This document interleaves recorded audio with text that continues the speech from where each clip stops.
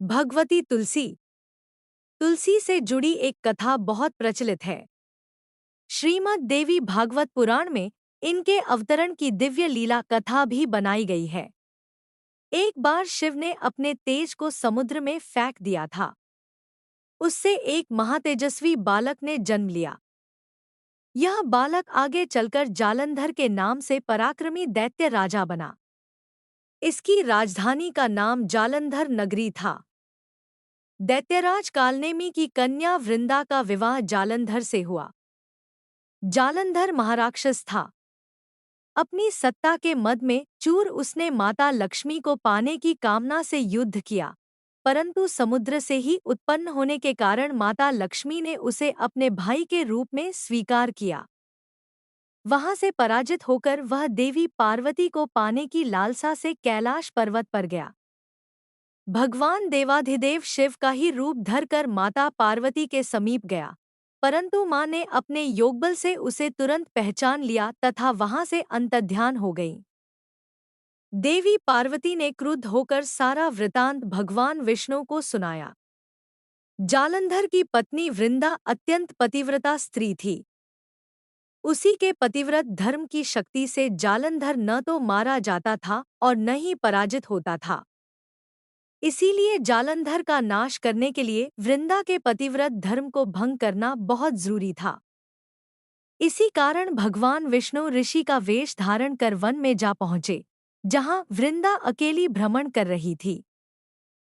भगवान के साथ दो मायावी राक्षस भी थे, जिन्हें देखकर वृंदा भयभीत हो गई। ऋषि ने वृंदा के सामने पल में दोनों को भस्म कर दिया। उनकी शक्ति देखकर वृंदा ने कैलाश पर्वत पर महादेव के साथ युद्ध कर रहे अपने पति जालंधर के बारे में पूछा। ऋषि ने अपने माया जाल से दो वानर प्रकट किए।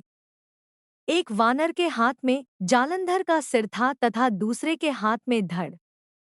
अपने पति की यह दशा देखकर वृंदा मूर्छित होकर गिर पड़ी। होश में आने पर उन्होंने ऋषि रूपी भगवान से विनती की कि वह उसके पति को जीवित करें। भगवान ने अपनी माया से पुनः जालंधर का सिर धड़ से जोड़ दिया, परंतु स्वयं भी वह उसी शरीर में प्रवेश कर गए। वृंदा को इस छल का जरा आभास न हुआ। जालंधर बने भगवान के साथ वृंदा पतिव्रता का व्यवहार करने लगी, जिससे उसका सतीत्व भंग हो गया। ऐसा होते ही वृंदा का पति जालंधर युद्ध में हार गया।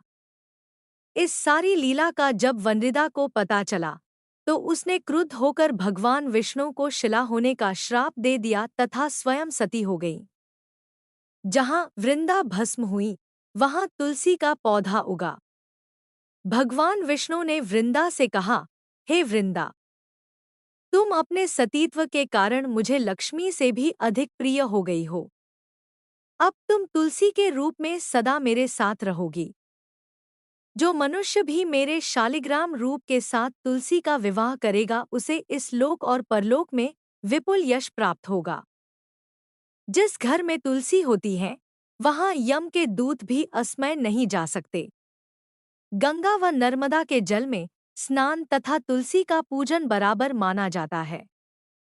चाहे मनुष्य कितना भी पापी क्यों न हो, मृत्यु के समय जिसके प्राण मंजरी रहित तुलसी और गंगा जल मुख में रखकर निकल जाते हैं, वह पापों से मुक्त होकर वैकुंठ धाम को प्राप्त होता है।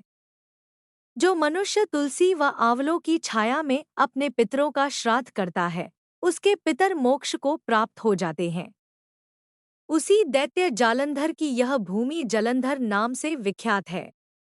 सती वृंदा का मंदिर मोहल्ला कोट किशनचंद में स्थित है।